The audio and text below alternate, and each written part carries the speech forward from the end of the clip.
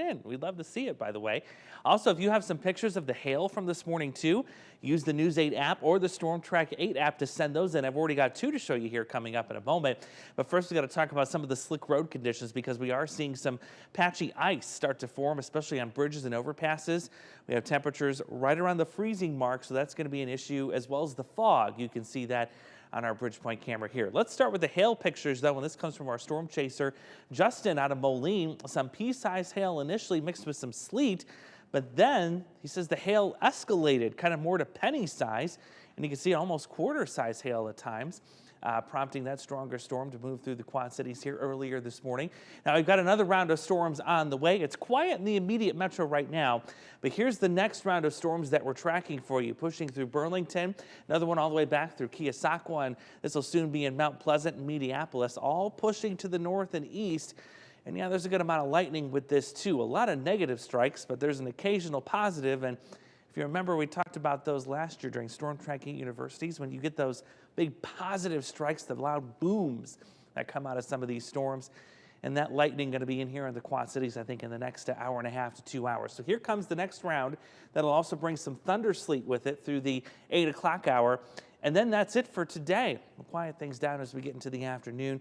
But the wind, it is going to be picking up quite significantly too. Big contrast in temperatures ahead of this system. You've got 50s to the south and east. That's what those thunderstorms are tapping into. That warmer, more humid air and a little bit of instability. That's going to also drive the sleet here with temperatures close to the freezing mark. The next 8 hours, busy to start, but once we get into the afternoon, you see the thunderstorm icons go away in favor of just cloud cover. But the wind is going to pick up, I think, especially after the noon hour, gusts up to 30 miles an hour later today. So there's the showers, thunderstorms, thunder sleet that pushes through 8 o'clock hour. You can see it right on top of us here in the Quad Cities. Meanwhile, further to the north, that's where your freezing rain is going to be. And still could see a glazing of ice up towards Dubuque and towards Savannah, a little bit north of there. And then all this pulling off to the east as we head into the afternoon.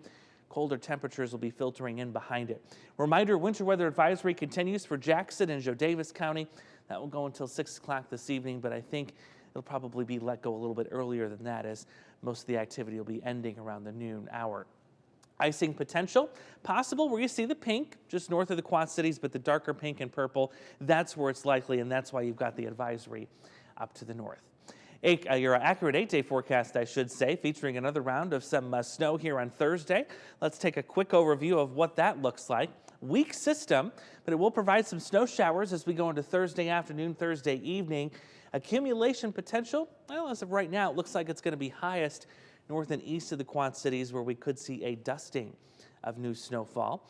But beyond that, some nice warmth coming back for the weekend, actually trending warmer compared to what it looked like yesterday. I think we'll see at least a couple days in the 40s for your Saturday and your Sunday.